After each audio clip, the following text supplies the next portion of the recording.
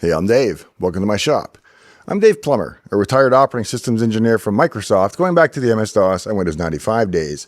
And today we're going to find out how Task Manager actually measures your CPU usage.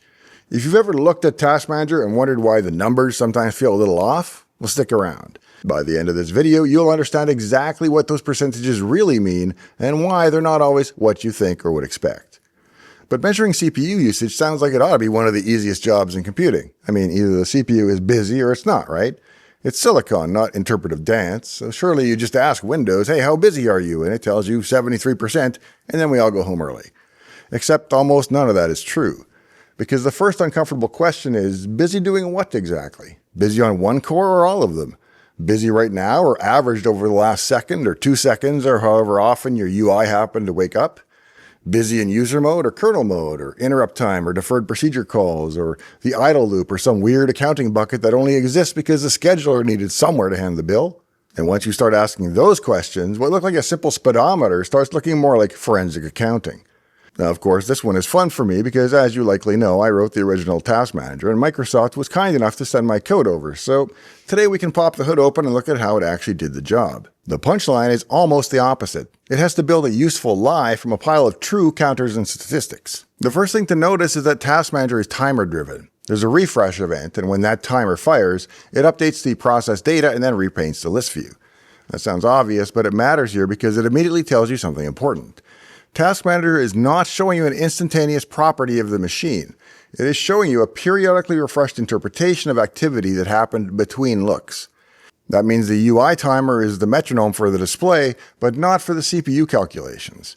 Of course, the CPU has no idea the Task Manager even exists. It just keeps executing instructions like a caffeinated squirrel in a copper maze, and every so often Task Manager peeks in through the window and tries to summarize the mayhem without actually disturbing the action. But here's the clever and subtle part.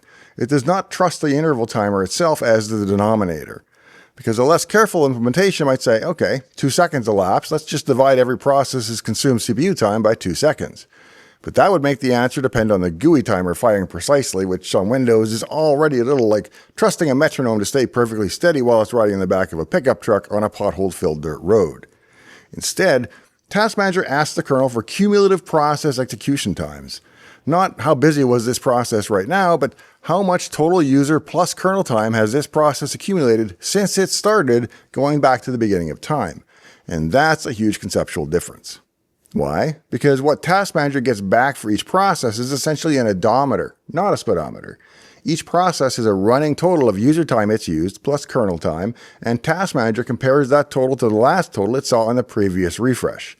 So for an individual process, the math essentially is the cumulative current CPU time minus previous cumulative CPU time, and that gives you how much CPU has been consumed by that process during the interval between the samples. Okay, so that part's straightforward enough. But now we need a denominator, and that's where this code gets interesting. Before it updates individual process entries, it does a first pass over the entire process table and sums everybody's cumulative times. The current totals go into total time, and the previously remembered totals go into last total time. Then it subtracts the two to get a total delta for the entire system. That means the denominator is not whatever the refresh timer thought elapsed, and it's not even how long since the last update.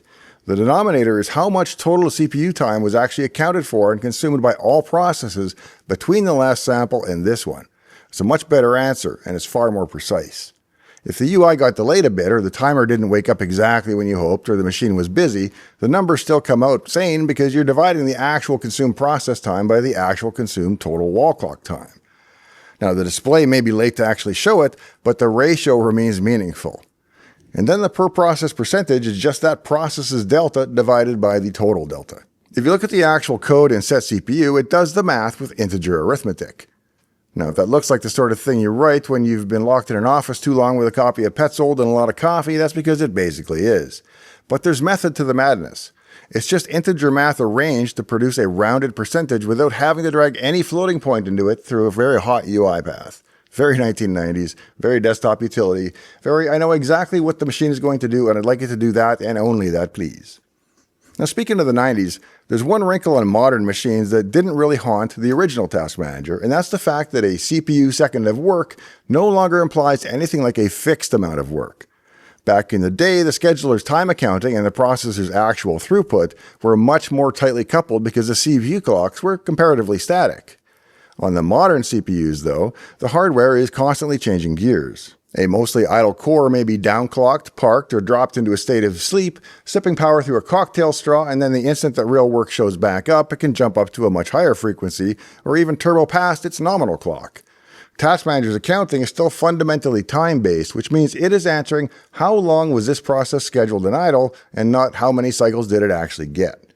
So a core that was busy for half of the sample interval still shows about 50% CPU, even though the amount of work accomplished during that half can vary wildly depending on what frequency the silicon was running at.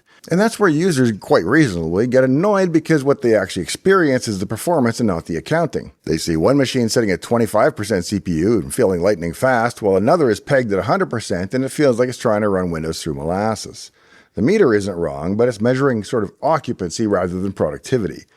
Put differently, modern CPU usage is more like how full was the freeway rather than how many miles were actually traveled. A half-full freeway with Ferraris on it can move a lot more traffic than a jammed freeway full of old cement trucks. Now, the old Task Manager was built in an era where the time used was a pretty decent proxy for what work got done. But on today's processors with dynamic frequency scaling, turbo boost, thermal throttling, and deep idle states, that connection has gotten a lot looser. So when the numbers feel a little slippery, it's not because the tool is broken so much as the hardware stopped being simple enough for a single percentage to tell you the whole story. And then there's this little delicious detail. If the CPU computed percentage is greater than 99, it gets clamped back down to 99. This is what you would call version 3 of this assertion, and this line of code has an interesting backstory. Early in Task Manager's history, at exactly this point in the code, I was sometimes seeing numbers that added up to more than 100%. And that's just not possible if the math is being done right. And so I spent a lot of time staring at the math, making sure it was spot on. Because the only alternative was that there was a bug in the kernel. And to understand why that's a daunting prospect, you kind of have to understand the pecking order at Microsoft in the 90s. Because no matter what your title or role or rank, what mattered more, to your fellow developers at least, was what you were working on and how good you were at it. So if you were working on the CD edition of Microsoft Dogs, which was a real product mind you, the performance bar for an amazing performance would be higher than if you were working on some serious systems code. And if you were on the systems side, it was delineated even more precisely within. Because you see, I was a systems UI programmer. And yes, it's an essential service and nobody likes it when the Explorer crashes, but it's not the kernel. And the kernel is where the silverbacks live. People like Dave Cutler and Mark Lukovsky and Mark Zibikowski. People with Wikipedia pages about their career history. And I was just a UI guy drawing little pictures of CPU usage, so as you can imagine, when I proposed to the kernel guys that, hey, maybe it's your bug, they were what I would charitably call unsympathetic to my plight. And when I ran out of things to look at and staring at the code wasn't getting me anywhere, I started doing one of my favorite things as a developer, instrumenting my code with lots of asserts. Now, an assert is a statement you make in the code, and if the reality is any different, the code stops and asserts, which is to say, it throws a fault and it stops in the debugger so that you can inspect the machine to determine exactly why your assertion proved false. Imagine you were writing a sieve to locate prime numbers. You know that all primes are odd, at least over 2, and so as an example, you might have code that asserts that the discovered prime is odd. Stuff like that. And then I added an assert to the code to enforce the limit that the total CPU usage should not exceed 100%. And I added multiple checks and asserts along the way as the number was being built up to make sure along the way as well. But it was a weird case that hardly ever happened, and it never fired on my machine, of course, or on any of the machines of the other people on my team. I needed more virtual eyeballs on this problem, and I needed really everybody's machine across the company keeping tabs on the total CPU and alerting me if things did not add up as expected. So I did the one thing that I felt gave me the best odds of finding out if anybody hit this case. I put my name and home phone number in the assertion. That way, no matter who in the company hit it or when or where or in what building, they would be given my contact info and let me know about it. And still nothing. Now, back in those days, Microsoft developers ate their own dog food, which is to say we ran the latest stable build of Windows on our dev machines at all times. And as uncommon as the situation was, I was still surprised that I never got a lead. And then I kind of forgot about it for a while and I moved on down the bug list and worked on other features. And then we shipped the beta. Now, I don't know exactly how many people get the Windows beta, but if it's not millions of people, it's certainly many thousands of folks. And now they would all be armed with code that would display my home phone number in a dialog if things went sideways. As I prepared to move to a new home in a different area code and to enter truck driving school as a backup career, something surprising happened. Nothing. No one called. No one ever had until I mentioned it on YouTube a couple of years ago. Because you see, I still have the same home phone number some 30-some years later, and that assertion with my home phone number is still in every source code leak on the internet. So if you run across the code and find my number, please shoot me an email instead. Long story short, we never got a useful assertion report from the field, but we eventually trapped it in a debugger on a lab machine, and the kernel developers were able to investigate it and confirm that it was, in fact, a rare accounting anomaly on the kernel side. And that yielded the two outcomes that I was hoping for. Wasn't my bug, and it was fixed. It's one of those tiny bits of old code that tells a story. Because out in the real world, measurements get messy.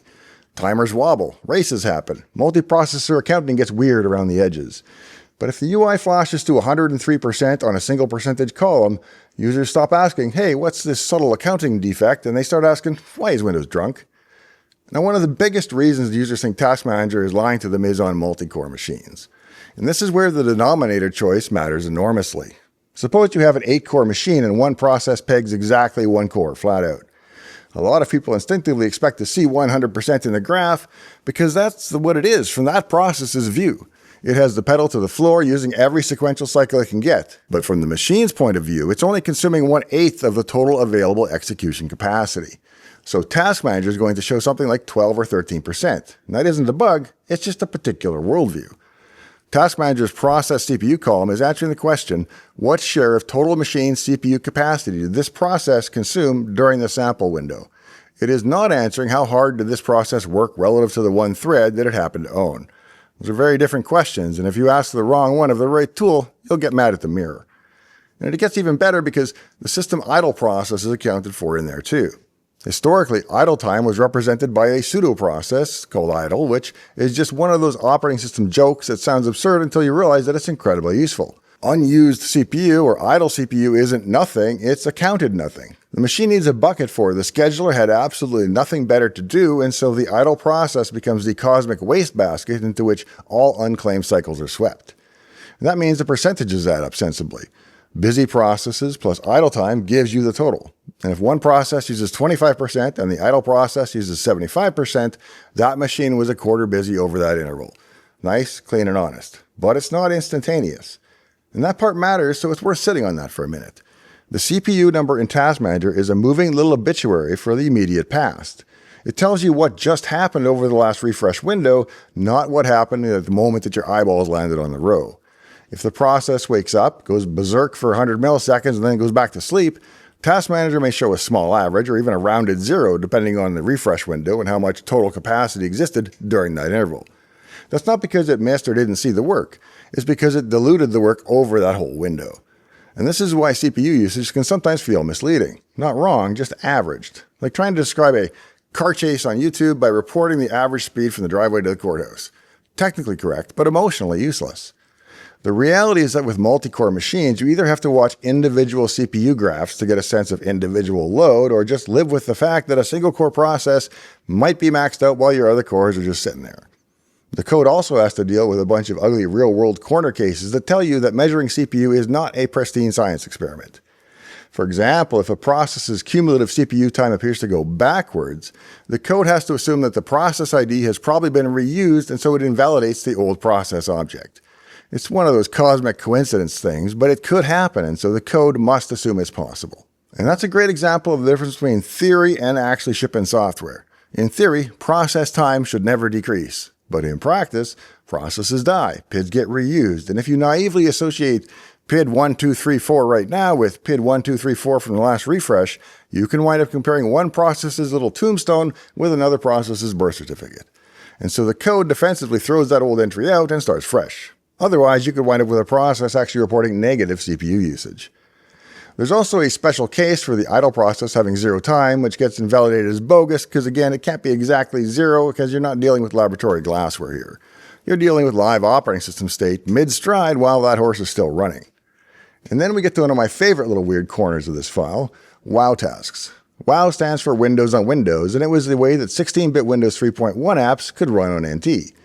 There was one master process in 32-bit called NTVDM, and then it in turn managed all of the 16-bit tasks that were under its control. And if you want proof that CPU accounting is sometimes interpretation as much as measurement, there it is. The code actually has to cap the sum of the child task times so they don't exceed the parent of NTVDM's total, because the thread times are gathered later and can otherwise overrun the parent's reported total.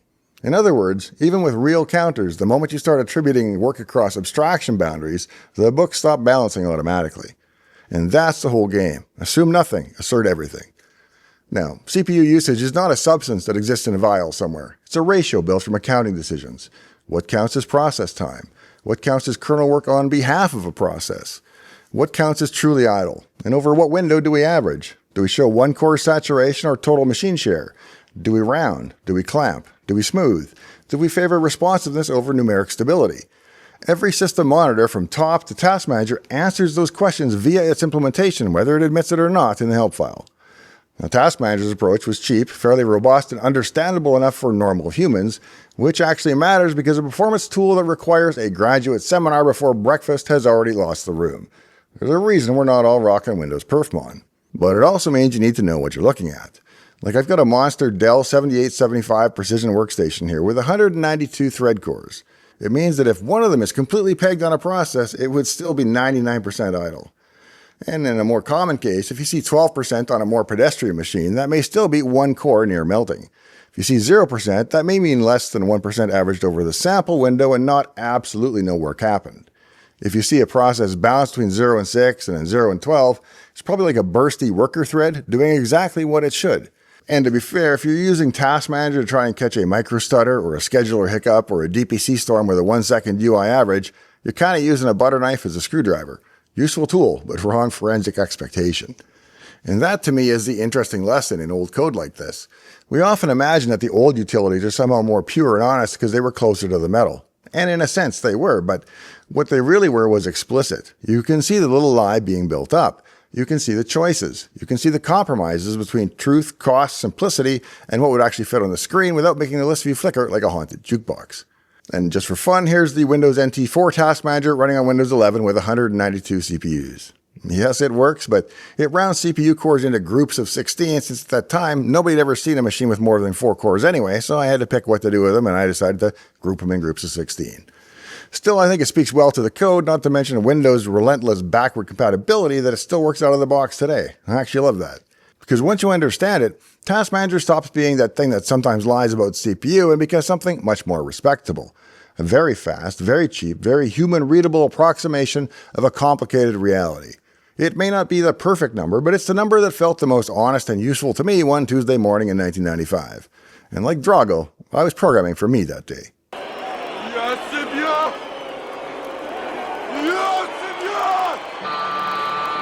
And honestly, that's most of systems programming. Not finding the perfect truth, but finding the cheapest, honest summary that helps the user make a good decision before lunch.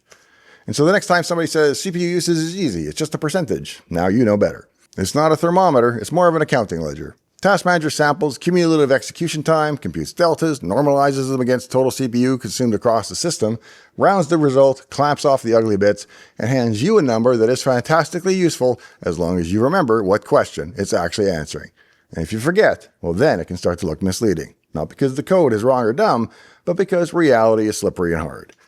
If you found today's episode interesting or entertaining, remember I'm mostly in this for the subs and likes, so I would be honored if you would consider leaving me one of each before you go today. And if you're already subscribed, thank you. In the meantime and in between time, I hope to see you next time, right here in Dave's Garage.